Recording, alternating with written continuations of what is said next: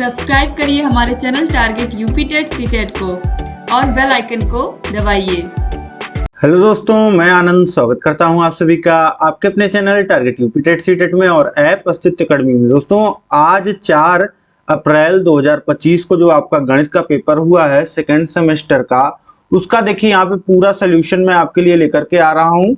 यहाँ पे आप अपना मिला लीजिए कि आप कितना सही करके आए हैं, कितना गलत करके आए हैं। देखिए, सबसे पहले आपको दिए गए हैं यहाँ पे बहुविकल्पी प्रश्न। तो बहुविकल्पी प्रश्नों में आप देखेंगे पहला प्रश्न क्या पूछ रहा है, यदि किसी त्रिभुज में दो कोण असमान हैं तो छोटे कोण के सामने की भुजा होती है। अब कोई भी त्रिभुज आप बनाओगे तो उसमें जो छोटा कोण होता है, जो छोटे कोण के सामने भुजा होती है, वो भुजा छोटी होती है। ठीक है, तो यहाँ पे ऑप्शन 3 जो हो जाएगा छोटी, यह बिल्कुल सही हो जाएगा। इसके बाद देखिए, योग का तत्समक अवयव होता है। योग का तत्समक अवयव क्या होता है? योग का तत्समक अवयव मतलब कि वह संख्या जिसका हम किसी संख्या में अगर जोड़ कर दें तो उसके मान में कोई परिवर्तन ना हो। तो योग का तत्समक अवयव हमेशा किसी भी संख्या का पूछेगा तो वो होता है शून्य। ऑप्शन 3 जो हो जाएगा यहाँ पे बिल्कुल सही हो जाएगा। इसके बाद देखिए संख्या 3 है,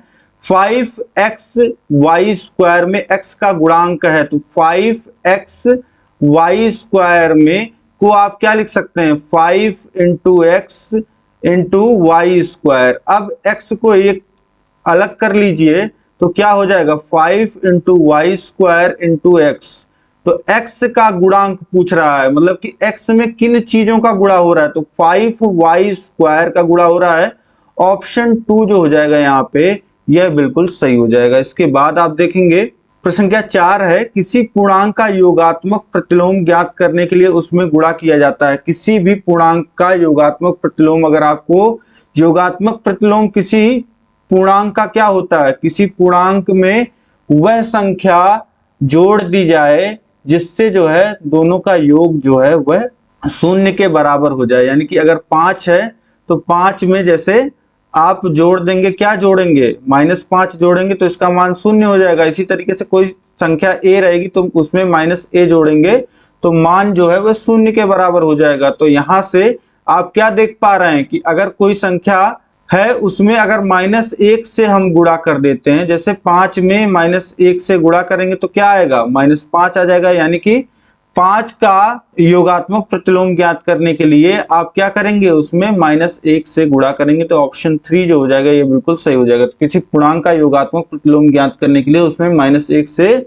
गुणा करते हैं। इसके बाद देखिए प्रश्न संख्या 5 है, 6/5 यानी कि ये है -6/5 और -7/6 और -7/-6 यानी कि माइनस माइनस कट जाएगा और ये हो जाएगा 7/6 में कौन बड़ी है। तो परिमेय संख्याओं में हम कैसे देखते हैं, अब जो नेगेटिव संख्या है वो तो अपने आप में धनात्मक संख्याओं से छोटी होती, तो सबसे बड़ी संख्या जो यहाँ पे हो जाएगी वह -7/6 हो जाएगी, क्योंकि ये एक्चुअली में क्या है 7/6। तो ऑप्शन 3 यहाँ पे बिल्कुल सही हो जाएगा। इस तरीके से पांचों बहुविकल्पी प्रश्न आपके बिल्कुल कॉन्सेप्ट पे बेस्ड थे। अगर आपका कॉन्सेप्ट एकदम क्लियर है तभी इनका सही सही उत्तर जो है आप कर पाते। ये पांचों प्रश्न जिसने भी सेट किए हैं एकदम कॉन्सेप्ट पे बेस्ड आपके प्रश्न सेट किए हैं। इसके बाद देखिए जो अतिलघुत्तरी और लघुत्तरी में प्रश्न आपसे पूछे हैं वो तो बिल्कुल डिट्टो कराए हुए क्वेश्चन ही आए हैं। जो मैंने आपको कराया था वही क्वेश्चन, ये परिमेय संख्या वाला भी मैंने आपको कराया था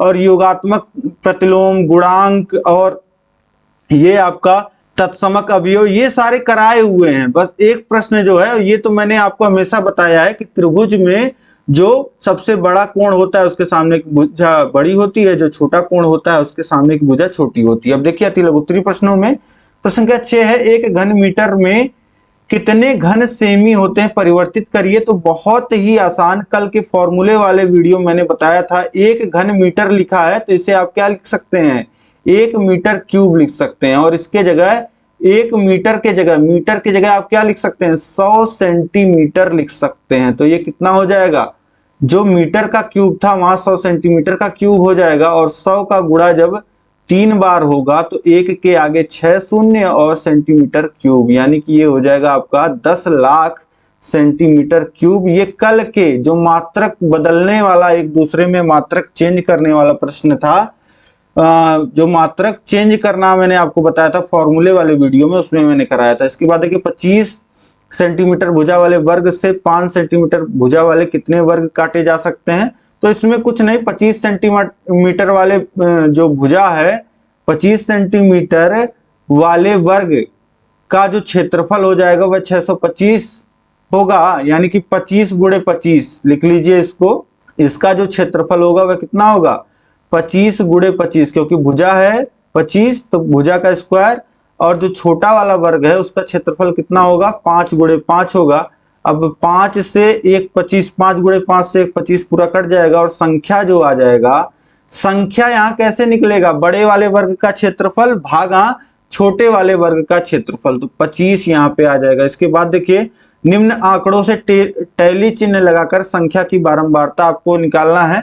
तो यहाँ पे सिंपली कुछ नहीं करना है। देखिए आप देख लीजिए कौन सी संख्या कितनी बार आ रही है, सभी संख्याओं को आप क्रम से लगा लीजिए। तो यहाँ पे आप क्रम से लगाएंगे तो आपका 5 2 बार आ रहा है, 5 का 5 लिख लीजिए। 6 1 बार आ रहा है, 8 3 बार आ रहा है, तो 3 बार 8 आप लिख लोगे, और 13 जो है 2 बार आ रहा है। तो यहाँ पे टैली चिन्ह बारंबारता सारणी आपको बनाना है। तो यहाँ पे आप संख्या लिखेंगे, देखिए 5 आया 2 बार, टैली चिन्ह 2 लाइन, और 6 आया 1 बार, बारंबारता 1, टैली चिन्ह 1 लाइन, और 8 आया, इसकी बारंबारता 3 हो गई, 3 बार आ रहा है, तो टैली चिन्ह 1 2 3 लाइन। 13 कितनी बार आ रहा है आपका? 2 बार आ रहा है, तो बारंबारता 2 और टैली चिन्ह 2 लाइन। ठीक, यही टैली चिन्ह हो जाएगा आपका।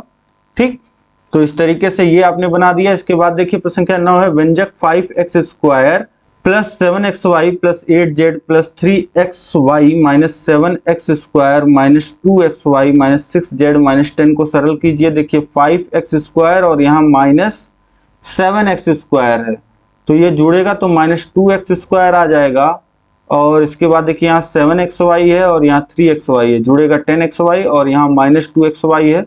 10xy में से 2xy घटा देंगे तो 8xy बच जाएगा। इसके बाद देखिए यहाँ 8z है, यहाँ माइनस 6z है, तो ये कितना हो जाएगा? 8z में से 6z चला जाएगा तो 2z हो जाएगा। और इसके बाद संख्या देखिए कहाँ पे कोई संख्या है, यहाँ पे बस -10 एक संख्या है, तो यहाँ पे आ जाएगा -10, यही सरलतम रूप हो जाएगा। इसके बाद देखिए परिमेय संख्या की परिभाषा लिखिए। तो परिमेय संख्याएं वे संख्याएं होती हैं जिसको हम p/q के रूप में व्यक्त कर सकें, वो परिमेय संख्याएं होती हैं जहां पे p और q जो होते हैं ये आपका पूर्णांक संख्याएं होती हैं, और जहां पे q का मान जो है वह 0 के बराबर नहीं होना चाहिए। ठीक, तो ये हो गया आपका। अब इसके बाद देखिए प्रश्न संख्या 11 है, तो बहुत ही सरल प्रश्न ये भी कराया हुआ प्रश्न है, a के घाते 5 माइनस a b के घाते 5। अब यहाँ पे आप a b कॉमन ले लोगे तो बचेगा a के घाते 4 और माइनस b के घाते 4। अब इसी का यहाँ पे गुणे, अब सभी पद गुणे के रूप में आ गए हैं। अब यहाँ पे आप फॉर्मूला लगा दोगे a square minus b square का, तो यहाँ पे आप क्या लिख सकते हो? इसको लिख सकते हो a स्क्वायर का स्क्वायर, a के घाते 4 को, और b को लिख सकते हैं b स्क्वायर का स्क्वायर। ठीक, अब इसके बाद यहाँ पे फॉर्मूला जब लगेगा a square minus b square का, तो उसको हम क्या लिखते हैं? एक ब्रैकेट में a प्लस b, तो a की जगह है a स्क्वायर और b की जगह है b स्क्वायर।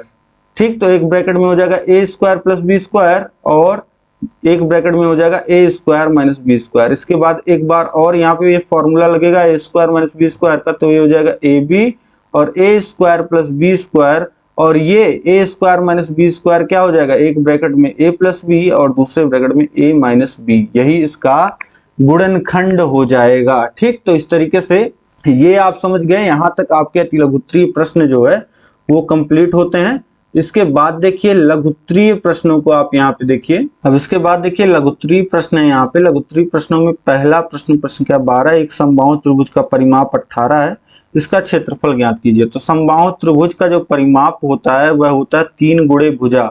तो 3 गुणे भुजा बराबर कितना दिया गया है? 18 दिया गया है, यानी कि भुजा का मान कितना आ जाएगा? 18/3 यानी कि 6 सेंटीमीटर भुजा हो जाएगी। तो समबाहु त्रिभुज का जो क्षेत्रफल होता है उसका फॉर्मूला मैंने आपको बताया था फॉर्मूले वाले वीडियो में। तो समबाहु त्रिभुज का क्षेत्रफल का फॉर्मूला होता है √3/4 इंटू भुजा का स्क्वायर। अब √3/4 इंटू भुजा का स्क्वायर यानी कि ये कितना हो जाएगा 6 का स्क्वायर 36 और 4 से काटेंगे 36 9 बार में कट जाएगा 9√3 सेंटीमीटर स्क्वायर। ये आपका उत्तर हो जाएगा। बिल्कुल कराया हुआ ये प्रश्न है। इसके बाद देखिए 13वां भी कराया हुआ प्रश्न है। अति लघुत्तरीय और लघुत्तरीय में सभी प्रश्न कराए हुए हैं, बिल्कुल एग्जैक्ट सेम आए हैं सभी प्रश्न। देखिए भिन्न का हर उसके अंश से एक अधिक है। अब देखिए भिन्न को अगर x मानेंगे तो हर x+1 हो जाएगा। और यहाँ पे बोला है कि अगर हर और अंश में से जो है एक एक घटा देते हैं, यानी कि एक घटा दिया अंश में से और -1 कर दिया हर में से, तो मान 1/2 हो जाता है। तो अब इसके बाद सॉल्व करेंगे तो x-1 अंश में बचेगा, हर में देखिए x+1 -1 यानी कि x बचेगा बराबर 1/2। अब तिर्यक गुणा कर लीजिए, x का गुणा 1 में हो जाएगा, 2 का गुणा इधर होगा तो ये हो जाएगा 2x - 2 बराबर x के, और x इधर आ जाएगा तो x 2x में से x घट जाएगा तो x बचेगा और -2 इधर चला गया अगर रहेगा तो ये हो जाएगा 2। x का मान कितना आ गया 2, यानी कि जो हमारा भिन्न हमने माना था कितना माना था x/x+1 यानी कि 2/3 ये आ जाएगा भिन्न का मान 2/3। अब इसके बाद देखिए अगला प्रश्न है आपका। अगला प्रश्न क्या कह रहा है, यदि x+1/x बराबर 3 है तो आपको x² + 1/x² का मान ज्ञात करना है। कराया हुआ प्रश्न। इसमें क्या करना है, बस आपको कुछ नहीं करना है, x+1/x बराबर जो 3 दिया गया है इसका दोनों पक्षों में वर्ग कर दीजिए। इस पक्ष में जब वर्ग करेंगे तो a + b का होल स्क्वायर का फॉर्मूला यहाँ पे लग जाएगा। तो ये हो जाएगा x² + 1/x का होल स्क्वायर होगा तो 1 का स्क्वायर 1 और बटे में x² होगा और फिर +2 × x × 1/x बराबर हो जाएगा 9 के, और यहाँ से x कट जाएगा, एक अंश में है एक हर में है, और यहाँ पे x² + 1/x² और 2 इधर आ जाएगा तो 2 घट जाएगा। ये मान कितना आ जाएगा x² + 1/x² का मान आ जाएगा 7 के बराबर। तो इस तरीके से इसका मान कितना हो जाएगा 7 हो जाएगा। ठीक, तो इस तरीके से ये प्रश्न बहुत आसानी से आपने कर लिया होगा। इसके बाद देखिए नेक्स्ट प्रश्न जो है हमारा वो है, एक घनाभ की लंबाई चौड़ाई ऊंचाई आपको दी गई है और ध्यान से देखिए तो आपसे आयतन पूछ रहा है, लेकिन आयतन में ही थोड़ा सा खेल किया है। ये भी कराया हुआ प्रश्न है। ऐसे प्रश्न एग्जैक्ट यही प्रश्न मैंने आपको कराया था इसमें मॉडल पेपर में, और ये भी मॉडल पेपर में, सारे मॉडल पेपर के प्रश्न लगभग आपको, और ये सब रिपीटेड प्रश्न भी हैं। तो ये देखिए आपका घनाभ की लंबाई जो है वो 80 सेंटीमीटर, घन मीटर में पूछ रहा है आयतन। तो सबसे पहले आप क्या कर दीजिए, सभी भुजाओं को जो है मीटर में बदल दीजिए। 80 सेंटीमीटर को आप मीटर में बदलोगे तो 0.8 मीटर, 100 से भाग हो जाएगा। और चौड़ाई और ऊंचाई, चौड़ाई आपका हो जाएगा 0.4 मीटर और ऊंचाई 1 मीटर 20 सेंटीमीटर दिया है तो ये 1.2 मीटर लिखाएगा। ठीक है, क्योंकि 1 मीटर 100 सेंटीमीटर और ये 20 सेंटीमीटर, 120 सेंटीमीटर में 100 का भाग करेंगे तो 1.2 मीटर। अब इसके बाद घनाभ का आयतन गुणा कर लीजिए तीनों का, तो 8 × 32 और 32 का गुणा 12 में करेंगे आप तो ये कितना आ जाएगा, 32 का गुणा 12 में करेंगे तो 3, 8, 4 ये आपको मिल जाएगा और 3 स्थान पे दशमलव लग जाएगा तो 0.384 मीटर क्यूब ये आपका उत्तर आ जाएगा। ठीक, या घन मीटर में पूछा है। इसके बाद देखिए प्रश्न क्या 16 है। यहाँ पे आपको माध्यिका निकालना है और बहुत ही आसान प्रश्न आपको दे दिया है 2 नंबर में। माध्यिका निकालने में आप क्या करते हो, सबसे पहले संख्याओं को आप क्रम से लिखते हो। तो सभी संख्याओं को आप यहाँ पे क्रम से लिख लीजिए। सबसे छोटी संख्या जो है आपकी वह है 4 और इसके बाद आपको दिया गया है 5, फिर दिया गया है 9, फिर 10, फिर 11, फिर 12, फिर 15, फिर 16। ये कितनी संख्याएं आपको यहाँ पे दी गई हैं, एक संख्या देखिए कोई छूट रहा है, हाँ 5 के बाद 7 भी दिया है, तो यहाँ पे 5 के बाद 7 भी लिख लीजिए, 7 और 9, 4 5 7 9 10 11 12 15 16। अब देखिए यहाँ पे जो आंकड़ों की संख्या है वह कितनी है, 9 है। 9 क्या होता है, विषम संख्या होती है। तो यहाँ पे माध्यिका का जो फॉर्मूला लग जाएगा, माध्यिका बराबर हो जाएगा n धन 1 बटे 2वें पद का मान, पद का मान। अब n की वैल्यू कितनी है, यहाँ पे n की वैल्यू है 9, 9 धन 1 यानी कि 10, 10 बटे 2 कितना हो जाएगा, 5वें पद का मान। 5वें पद का मान कहाँ आप देखोगे, जो क्रम से लगाया, पहला ये, दूसरा ये, तीसरा ये, चौथा ये, 5वें पद का जो मान है वह कितना है, 10 है। तो माध्यिका हमारा 10 हो जाएगा। ठीक, तो इस तरीके से ये प्रश्न समझ गए आप। इसके बाद देखिए प्रश्न संख्या 17 है, आपको क्या बोल रहा है, यदि ए बी सी और पी क्यू आर में ए बी का मान और भुजाओं का मान सबका दिया है हो तो त्रिभुज की सर्वांग समता का परीक्षण कीजिए। अब यहाँ पे सर्वांग समता का परीक्षण करने का मतलब ये है कि आपको चेक करना है कि दोनों त्रिभुज सर्वांग सम हैं या नहीं है। तो सबसे पहले जो हमको त्रिभुज दिया है ए बी सी, ये आप बना लीजिए। तो इस तरीके से एक त्रिभुज आप बना लीजिए ए बी सी। अब देखिए ए बी का मान जो आपको दिया गया है वह दिया गया है 3.5 और फिर BC का जो मान दिया गया है वह 7.1 दिया गया है और AC का जो मान दिया गया है वह 5 दिया गया है। ठीक, तो AB और BC और CA, ठीक, या AC जिसे लिखा गया है, तो ये तीनों भुजाएं आपने यहाँ पे जो बना दिया त्रिभुज और तीनों भुजाओं का माप दे दिया। इसके बाद देखिए एक त्रिभुज बिल्कुल आप देखेंगे तो यही तीनों भुजाएं हैं, भुजाएं तीनों यही हैं, बस आपका नाम जो है वो आगे पीछे है। तो त्रिभुज ऐसा ही एक बना लीजिए आप, ऐसा ही बिल्कुल एक त्रिभुज आप बना लीजिए। अब देखिए इसमें सबसे पहले क्या दिया गया है, पी क्यू 7.1, तो ये P और Q ये भुजा 7.1।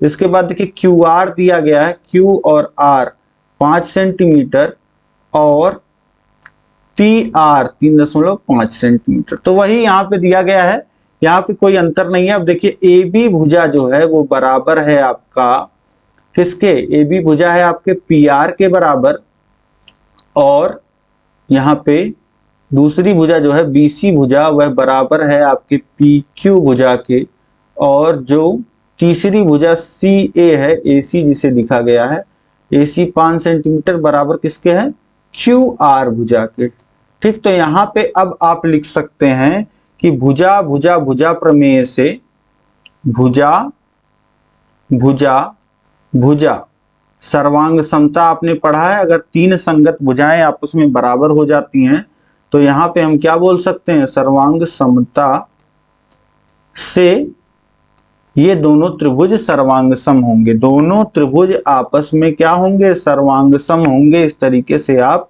बता सकते हैं। इसके बाद देखिए लास्ट प्रश्न है आपका प्रश्न संख्या 18, बहुत ही आसान प्रश्न है और यहाँ पे फिर से देखिए आपका यहाँ पे वही इस्तेमाल होगा, इसीलिए मैंने आपको मात्रक को एक दूसरे में बदलना सिखाया था कल के वीडियो में और पहले भी मास्टर क्लास वीडियो में भी।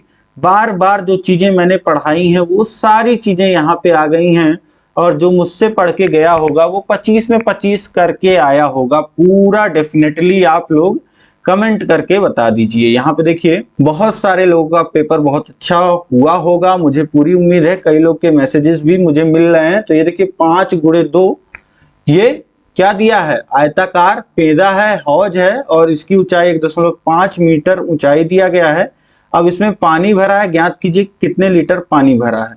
अब यहाँ पे कितने लीटर पानी भरा है ये होता है आयतन, तो और ये आयताकार पेदा है और पानी ऊंचाई में है, यानी कि हमको क्या निकालना है, हमको निकालना है पानी का आयतन। पानी का आयतन हो जाएगा, पानी का आयतन बराबर हो जाएगा लंबाई गुणे चौड़ाई गुणे ऊंचाई। हौज की लंबाई गुणे चौड़ाई गुणे ऊंचाई। अब लंबाई गुणे चौड़ाई हौज की दी गई है पेदी की, ठीक है, फर्श का क्षेत्रफल, तो यहाँ पे आ जाएगा 5 गुणे 2, ऊंचाई की जगह आ जाएगा 1.5। अब देखिए 5 दूनी 10 और 10 का गुणा 1.5 में, तो हो जाएगा 15 मीटर क्यूब, क्योंकि सब कुछ मीटर में है। अब इस 15 मीटर क्यूब को हम लोग लिख सकते हैं 15 गुणे 1000 लीटर। 1 मीटर क्यूब को हम लोग लिख सकते हैं, यहाँ पे मैंने आपको बताया है कि 1 मीटर क्यूब में 1000 लीटर होता है। तो यहां से आप सीधे सीधे लिख दीजिएगा 1 मीटर क्यूब की जगह 1000 लीटर, तो ये कितना हो जाएगा 15,000 लीटर। तो बहुत ही आसानी से आपने ये पूरा पेपर सॉल्व कर लिया। उम्मीद है कि आप सभी बहुत अच्छे से पूरा पेपर जो है सॉल्व करके आए होंगे। 25 में 25 बहुत सारे लोगों ने किया होगा। तो आप सभी लोग कमेंट करके बताइए कि आपका पेपर कैसा हुआ। चैनल पे नए हैं तो चैनल को सब्सक्राइब कर लीजिए। इस सॉल्यूशन को अधिक से अधिक शेयर कर दीजिए ताकि सभी लोग सही सॉल्यूशन देख लें और सभी प्रश्न अपने जो हैं जल्दी से जल्दी मिला लें। अब देखिए इस तरीके से मैंने सॉल्यूशन करा दिया है, लेकिन एक बार मैं आपको बोर्ड पे सॉल्यूशन करा दूंगा जिससे हर एक प्रश्न बहुत अच्छे से एक्सप्लेन करके मैं बता दूंगा। वैसे पहले मैंने बहुत सारा कराया है, लेकिन एक बार और करा दूंगा। अगर आप लोग कहते हैं कमेंट करके बताइएगा कि बोर्ड पे सॉल्यूशन इसका चाहिए कि नहीं आपका, तो स्मार्ट बोर्ड पे मैं आपको सॉल्यूशन करा दूंगा। ठीक, तो इस तरीके से आप समझ गए। इस क्लास को सॉल्यूशन को लाइक कर दीजिए, अपने सभी दोस्तों में शेयर कर दीजिए, ग्रुपों में शेयर कर दीजिए। अब मिलते हैं हम लोग, आपका थर्ड सेमेस्टर में आपको पढ़ाऊंगा और आपको थर्ड सेमेस्टर में भी 25 में 25 लाना है। और सभी विषयों का लिंक जो है आपको चैनल पे थर्ड सेमेस्टर का पढ़ने को मिल जाएगा। ये एग्जाम आप कल का और दे लीजिए। ऑल द बेस्ट, मिलते हैं नेक्स्ट क्लास में। जय हिंद, जय भारत।